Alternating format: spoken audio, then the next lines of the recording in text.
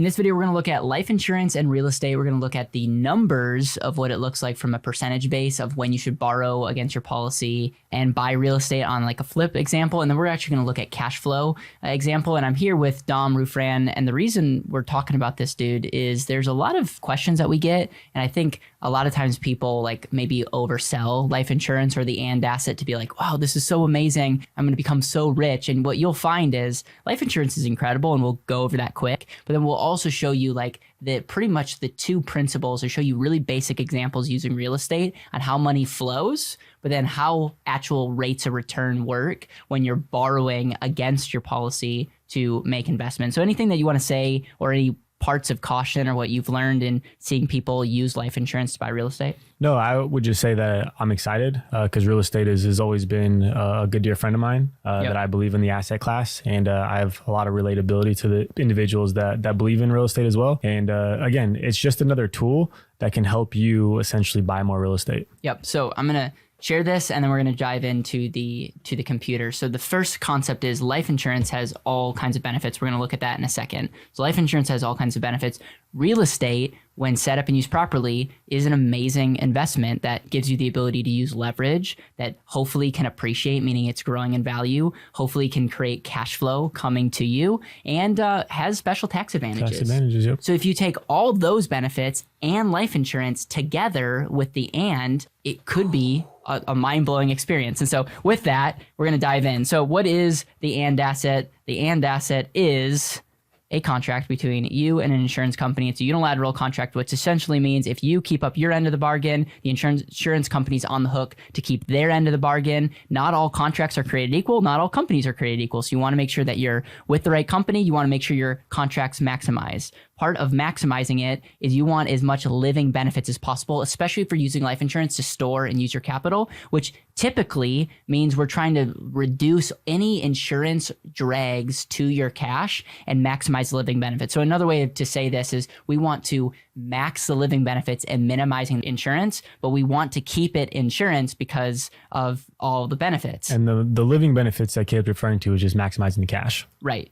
And when you maximize the cash, in most cases, your money will be safe and continue to be safe the rest of your life. You'll have liquidity. It will have, lifetime growth. You'll have a leverageable asset. You have credit protection. It's private. You have different tax benefits. So these are some of the benefits that you have from it being a pro. But some of the cons is it's in a lot of cases, especially if you use life insurance as the and asset, the way that we explained, you're not going to get a tax deduction on money going in. It takes a couple of years to break even. Not everyone qualifies for life insurance. So those are kind of the quick pros and cons. Yeah, and the pro that I love to pay attention to is leverageable. If you understand how leverage really works in real estate, then you understand that this is an amazing asset class.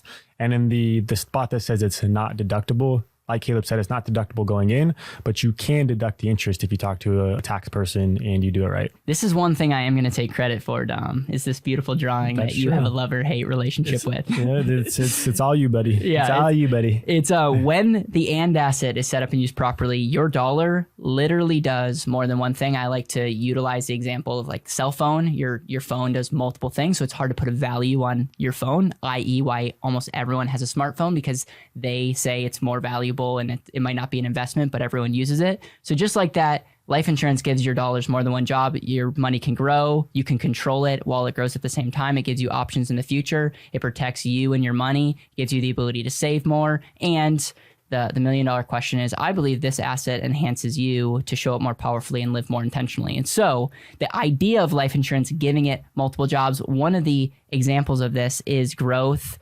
protection options, but then being able to use. And we're going to look at how you can use your money in real estate. So an example of this, and I have to give a lot of credit to, Todd Langford, Kim Butler for this just example of like opportunity and emergency fund. When we talk about life insurance, it's like a safe place to store capital. And we always like our clients to have some type of reserves, whether it's in life insurance or not. It's important that you have an emergency fund that you're not fully leveraging all your money. This is not tax advice. This is not investment advice. This is not even insurance advice in this video, but it is really, really important to have an emergency fund. Some people are like 3 months is good. I like to see 6 to a year worth of reserves set aside. Everyone has different convictions, but it's really important that you have that reserve that's either in life insurance or somewhere safe. If you're like Caleb, he has 10 years of reserves. Yeah, I'm very conservative for my age. So once you have the emergency, then this represents opportunity, which essentially means you now have money. You have to think about yourself as a fund.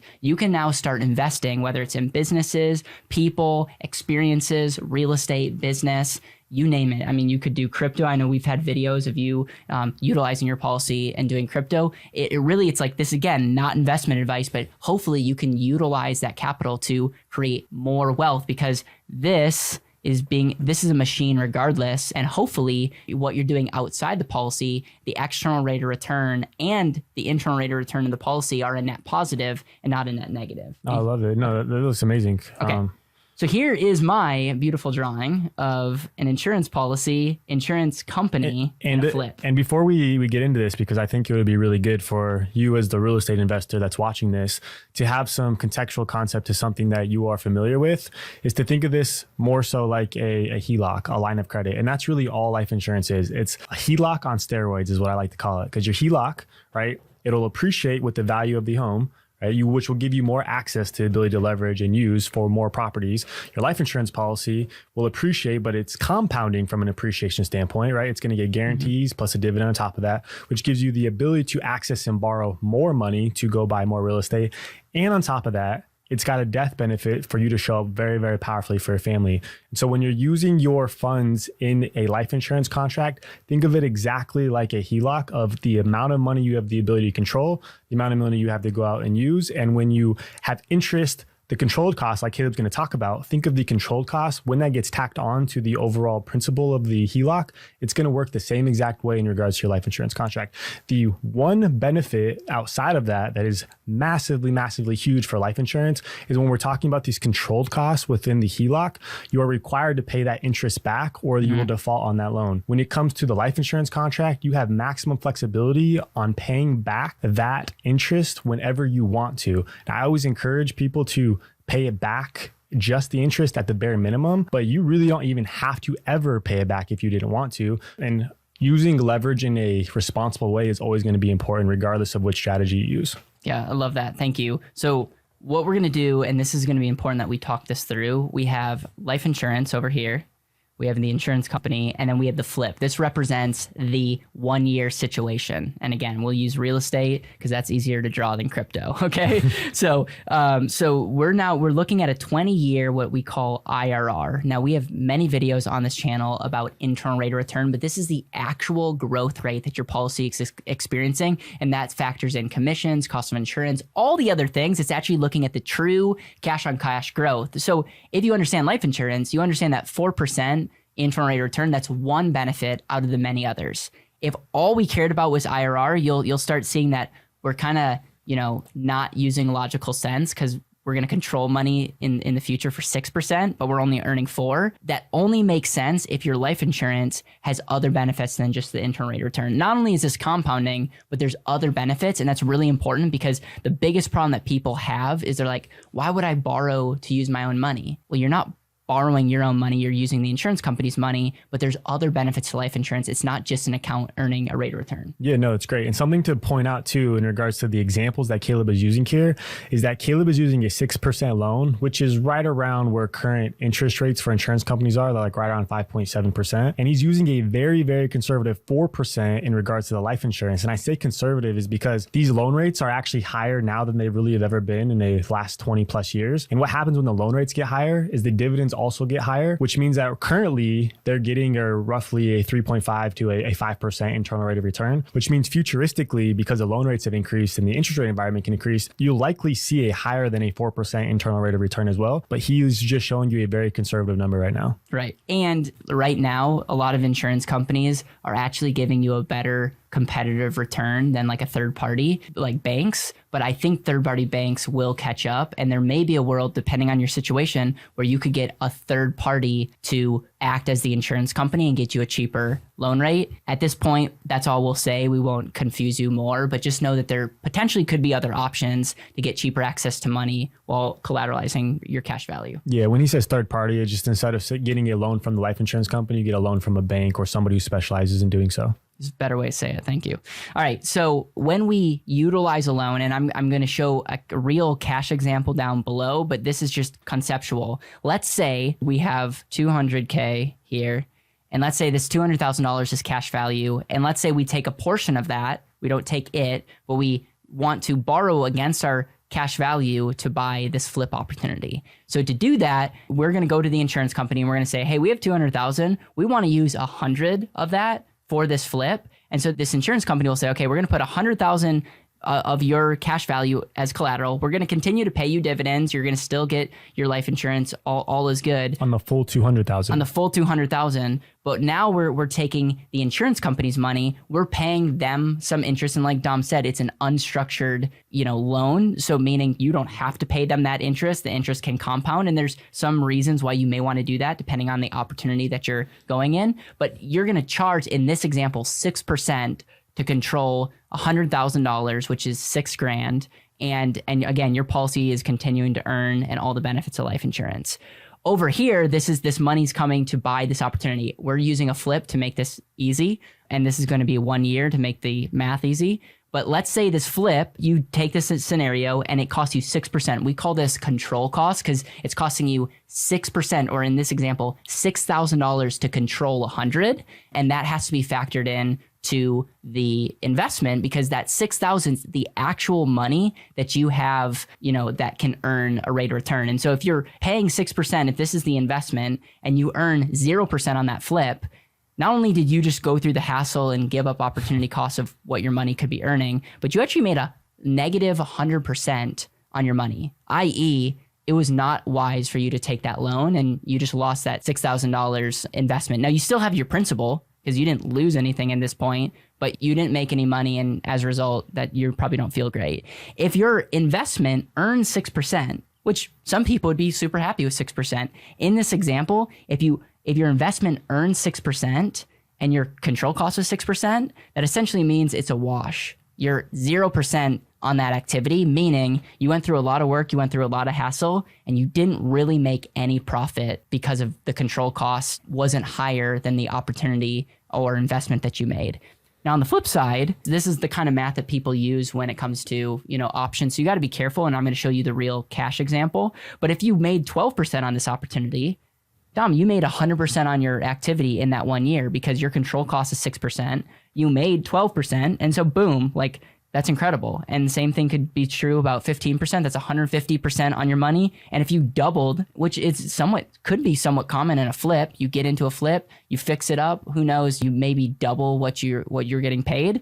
That would be an example of a 1,566% on your money. And so I think the important thing is you're using your money as collateral. This is your control cost. You want to make sure that the activity gets you way greater rate of return than your control cost. And you also have to factor in risk, because this is a lot more risky than over here. And the idea of the and asset being super powerful is you're getting all the benefits of insurance over here. That's going to happen regardless. But when this can be in the green, now your asset got you all the benefits over here and allowed you to participate in some of the profits over here. All right, so now what we're going to do is we're going to look at this example, but we're just going to show you the real cash example, because sometimes percentages can be misleading. I think percentages make the most amount of sense when you're asking someone, should you take a loan? Is this activity getting you a greater return than the cost of borrowing? That's it's easy to kind of conceptualize that. But when it comes to the actual dollars and how it flows, I have this down below, and I'll explain this. So in this $100,000 deal over 1 year, you are controlling 100,000 with $6K. So actually, when you put in that real estate deal, you're putting in 106,000. 100,000 is the insurance companies. The 6,000 is your control cost of controlling that, but you're still on the hook for 106,000, and your policy is continuing to grow like it's never been touched. And then assuming a 12%, you're making $12,000 of profit. Well, actually $6,000 of profit, but on the flip, you get a check for $112,000. So that's amazing. But if you want to pay back the loan, you have to pay back the control costs. And then if you want to pay back the collateral, you actually would have a $6,000 profit. So in this example, if you only earned 12% over that 1 year, your insurance is doing its thing. And because of the insurance, it created an opportunity for you to have an additional $6,000 that could go to a savings account. You could reinvest it, or you could buy more life insurance. There's multiple different options that you could do with this $6,000, but this $6,000 is literally created out of you leveraging your and asset. That is great. I think that was a good example, and just in a simple way, have 100,000, it earns 12%, you make 12,000. That 100,000, 6% control cost, you have to pay 6,000. 12,000 minus 6,000 gives you a $6,000 profit. You sell the property you sell for 100 grand, you pay back the policy plus the $6,000 that you made from the cash flow or whatever else it looks like. And that's just trying to easily conceptualize it. Obviously, you probably would have sold the property for a lot more than that because you fixed it, you flipped it, and so on and so forth. Yep. So in summary, when set up and used properly, life insurance is an incredible asset for you. It gives you options, control, gives you the ability to do something like this, but it also, you have to understand the benefit of life insurance. If all you care about is the cash arbitrage, then you're probably thinking like life insurance might be a wash. But if you can actually see the other benefits of life insurance, you're like, I totally get why Caleb, why Dom, why so many people that work with us put a lot of their money into life insurance because they get it. And so that's number one. The number two is you want to make sure when you borrow against your life insurance that your activity is, when you factor in risk and other things, is getting you a greater return than the cost of controlling your capital. And if those two things are aligned, and if that activity is actually getting you closer to where you want to be financially and where you want to be in your life, that's when we talk about giving your dollars more than one job, the and asset. It's one of the most beautiful ways that you can start using your money in more than one place. No, it's beautifully said. And when you have two asset classes that are fantastic and you put them together, it just makes it even better. Yep. So if you want to learn more about the and asset, we have a link. It's called the and asset vault. Make sure to check that out. We have a masterclass. We have 6-part video series. We have a 61-page handbook. There's opportunities for you to meet with someone on our team that can go through your custom numbers and see, is the and asset strategy something that would actually benefit and move the needle in your life? So again, we appreciate you watching to the end. We appreciate you sharing these videos, and we always love to hear you in the comments.